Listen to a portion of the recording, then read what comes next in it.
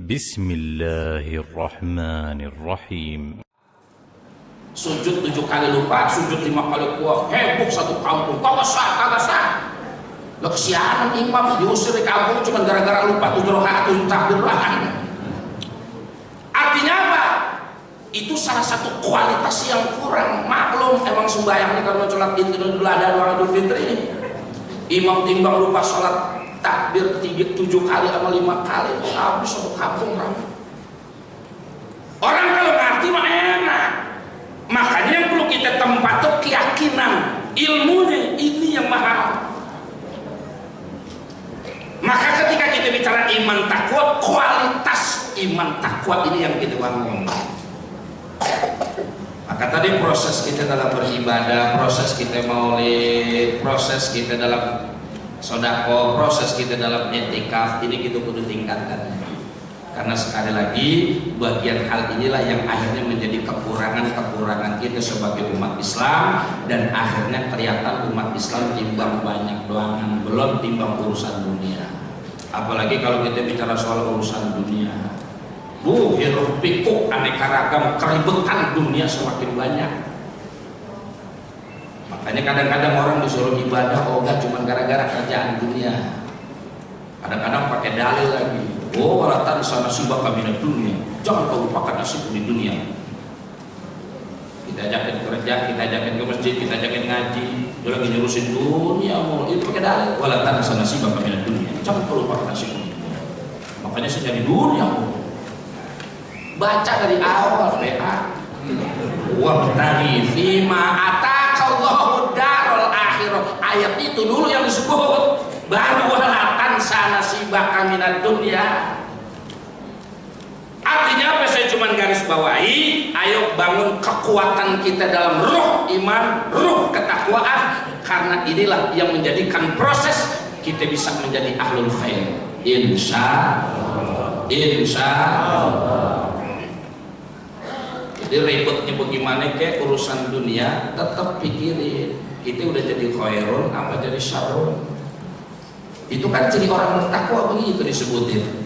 Kalau kata ulama, wa min sifatil muttaqina alla yaghfula an akhiri hayatihi walau muddatan khairan aw syarran inda istiqlalihi minal humumid dunyawiyah. Orang yang namanya bertakwa di antara cirinya, di tengah ribetnya urusan dunia masih sempat-sempatin mikirin kira-kira nanti gue kalau mati wangi apa busuk ya, gue kira-kira kalau mati senyum apa mangap ya, biar kata lagi kerja, biar kata lagi ngitung duit, biar kata lagi di kantor, masih sempat-sempat walau muddatan, walaupun sebentaran masih sempat mikirin nanti kira-kira gue mati, kira-kira husnul khotimah suul khotimah ya, masih bagus ada pikirannya. Ini akan kerok kagak ada pikirannya. Apalagi ada banget yang selling motor artis, dia rendah, gue udah siap masuk neraka, gue udah seller, gue bakal ketemu sama artis, ya kayak Allah gitu manusia. Ini yang kita khawatirin. Udah kagak ada takutnya ancaman Allah, nggak ada takutnya apa yang ada Allah, yang akhirnya dia merasa menjadi orang yang paling super. Tapi kalau orang punya kualitas keimanan, ketakwaan minimal tuh, kalau kata Habib Abdullah bin Al-Haddad, biar kata kita lagi ngurusin dunia, sekelumit sedikit waktu kepikiran kita masih nyampe di otak kita, kira-kira gue kalau mati husnul khotimah, pikirin. Oleh karenanya usikum wa nafsi wa iyaya bittaqwallah, begitu juga dari majelis maulid. Karena kalau kita bicara soal bicara soal ahlul khair, kita bicara soal sorga, kita nggak bisa masuk sorga kecuali dengan rahmat Allah Subhanahu. Dan kalau kita kembalikan kepada ayat Allah surah Al-Anbiya yang sering kita baca, wa ma arsalnaka illa rahmatal, bahwa Nabi diutus sebagai rahmat. Makanya kalau kata Syekh Ibnu Abbas radhiyallahu anhu, yang disebut azamur rahmah, rahmat yang paling besar, rahmat yang paling agung adalah Nabi besar Muhammad. Makanya kita mengadakan peringatan maulid nggak ada yang lain, karena kita sadar kita nggak bisa masuk surga ngandelin sholat zuhur kita. Kita nggak bisa ngandelin sholat zuhur, kita nggak bisa masuk surga ngandelin sedekah kita, ngandelin itikaf kita. Siapa yang kegeeran? Siapa yang kepedean masuk surga cuma gara-gara rajin ke masjid? Sholat. Ya, seberapa khusyuknya sholat kita. Gak ada pangkat kita sholat dari awal sampai akhir khusyuk. Ya, udah jauh dari kelok. Kadang takbiratul ihram khusyuk, begitu naruh tangan acak-acakan. Allah, ingat banget sama Allah. Begitu naruh tangan, cicak buru-buruan kita lihat. Kita ruku lagi Allah, ingat banget. Begitu dia pegangan jatuh, muter lagi ya. Pangkat kita buat masuk surga ngandelin ibadah susah. Urusan sholat ke, urusan puasa ke, urusan zakat belum susah. Makanya yang kita butuh adalah Nabi besar Muhammad. Ini sebagai biang rahmat, akzamur rahmah. Itu salah satu yang menjadi niat kita datang peringatan maulid. Adapun orang ngomong bid'ah ke, ngomong agak boleh ke, kagak usah didengerin. Ngomongin bid'ah wayang orang. Nggak didengerin. Gak usah pakai diladun, dalilnya apa? Udah nggak usah tinggalin. Mendingan kita mobil aja. Begitu mobil udah dapat kasih dia nih. Lu ngomong sama mobil gua aja, gua banyak kerjaan. Wayang ini ngomongin bid'ah, jangan capek lah ini. Kita penuh keyakinan bahwa majelis maulid salah satu majelis ibadah, di situ banyak sumber kemuliaan ibadah, majelis kebaikan. Maka niatkan yang paling terpenting, niatkan kita datang ke peringatan maulid lagi mencoba menyandarkan diri kita kepada zat yang mulia, kemudian zat manusia yang mulia, dan kemudian kepada syariat yang mulia. Makanya walaupun kita belum jadi pelaku umat Islam yang baik, minimal kalau kata Syekh Sufyan Ats-Tsauri, Allah yatawanaha, jangan coba-coba meremehkan syariat. Ini nih, kita belum jadi pelaku syariat Islam yang benar, tapi jangan meremehkan syariat. Orang kalau ninggalin sholat karena malesnya, dosanya atau.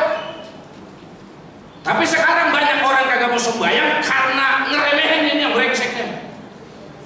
Ada orang yang tanya, bang, lu kagak sembahyang, lu aja dah. Gue belum tapi doyan aja, udah kayak lopot. Artinya sampai males dia. Tapi yang kacau lagi, jawabannya bukan begini, ada dua nambah. Bang, sembahyang Jumat ya, udah waktunya. Lu aja dah. Lagian sembahyang Jumat menghabisin waktu istirahat doang. Jadi kan kayak orang kerjaan gitu, timbang bungkam tungging. Khotib udah naik, itu mulu. Males gua. Itu nambah omongan ngeremehin syariat, itu namanya.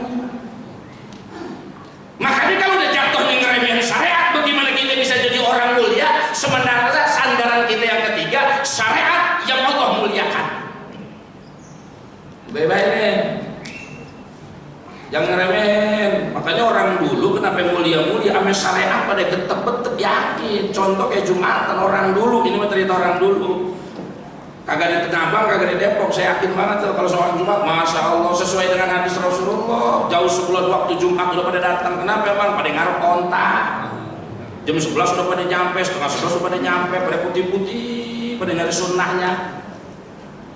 Orang sekarang, masya Allah, khotib khutbah kedua baru naik ke masjid. Perasaan kita lagi khotib megang tongkat, kita pengen sambit itu kan siapa? Lalu gimana dapat berkah Jumatnya, berkah syariatnya? Walaupun timbang masih datang mah, ada lagi datang duluan, saya di main HP, kita lagi main khotib. Inna lillahi wa inna ilaihi. Ada lagi datang, saya sebelum adzan di bopon, di ngerokok. Lu gak masuk terang, belum komat.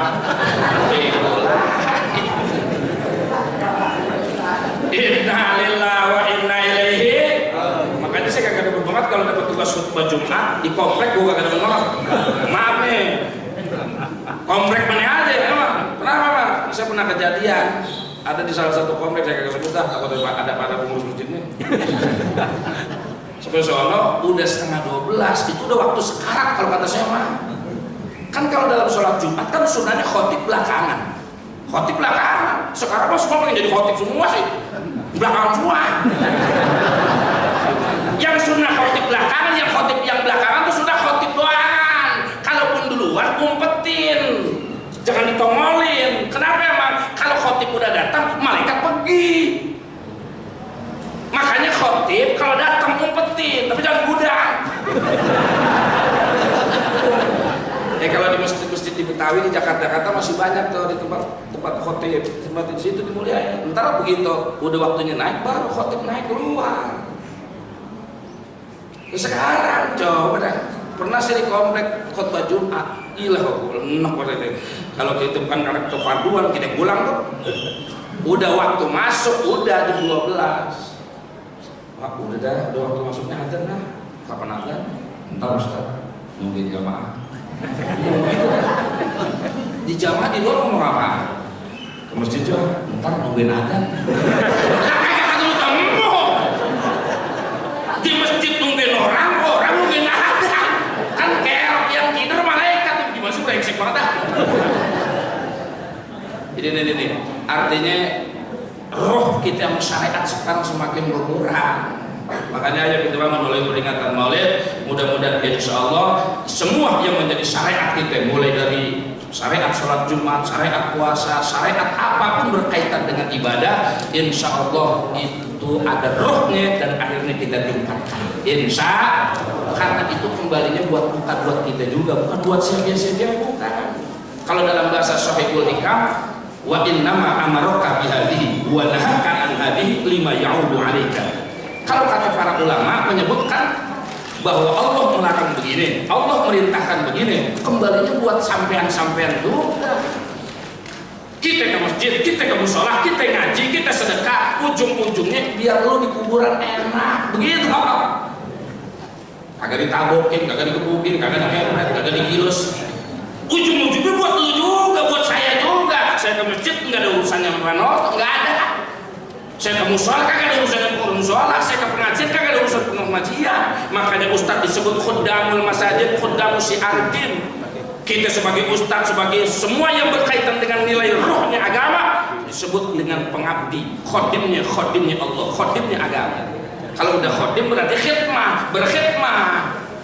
Kalau udah berkhidmah, nanti baru Allah turunin. Kata santri begitu juga. Santri caranya biar dapat foto. Kalau kata bahasa ulama, yang pertama cinta, resep dulu. Resep sama ngajinya, resep sama kitabnya, resep sama gurunya. Itu namanya mahabbah.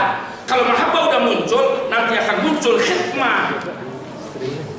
Ngabdi kepada gurunya, ngekhodim kepada gurunya, ngekhodim kepada ajengannya. Nanti kalau udah mengkhodim dengan yakin, zahiran wa batinan, baru futuhnya dari Allah muncul. Sama begitu juga. Kalau dalam bahasa agama kita sebagai pensiar agama, makanya kita itu termasuk khuddam, pengabdi. Makanya kalau udah pengabdi, susah kita buat demo. Nggak bisa. Sekarang BBM udah naik. Kalau karyawan gajinya dikit, enak bisa demo. Kulit kerja yang di bank gajinya dikit, enak bisa demo. Ustaz, mau demo kemana? Ilo kan kita ke masjid, naikkan auto, naikin auto. Kali kan TRT, Ustaz hilang. Kenapa? Karena yang ditanamkan itu dari ridho Allah. Kalau dalam bahasa guru saya, yang ditanamin la taklub wala tarfud, jangan minta tapi jangan ditolak. Makanya urusannya panitia pikirin dah. Ini maksudnya apa-apa udah naik gitu. Kalau lagi BBM masalah pertalite sekarang cempet banget nerap gitu ya. Kita ngerasain banget tuh. Tapi nggak usah ceritain, Haji Noto udah cerdas banget. Bapak Ibu yang dimuliakan Allah Subhanahu Wa Taala, itu saja cukup buat saya. Ini sebenarnya nih mau lihat turu-turu gimana? Kenapa memang? Karena yang suruh ngomong itu uslok, ustadz lokal. Kenapa memang saya bilang saya uslok? Karena saya salah satu staf pengajar yang ada di Masjid BDN yang ini setiap hari Sabtu, Ahad subuh itu kita buka kajian kitab Minhajus Saniyah. Jadi makanya saya anggap ini sebagai silaturahim pengajian kuliah subuh yang biasa pada Sabtu subuh. Tapi insya Allah walaupun ala kadarnya peringatan Maulid, kembali bahwa Maulid adalah majelis kemuliaan selama kita punya niat insya Allah keluar dari majelis ini kita senantiasa dimuliakan Allah Subhanahu wa taala. Amin ya rabbal alamin. Ini saja yang uridu ila islah wa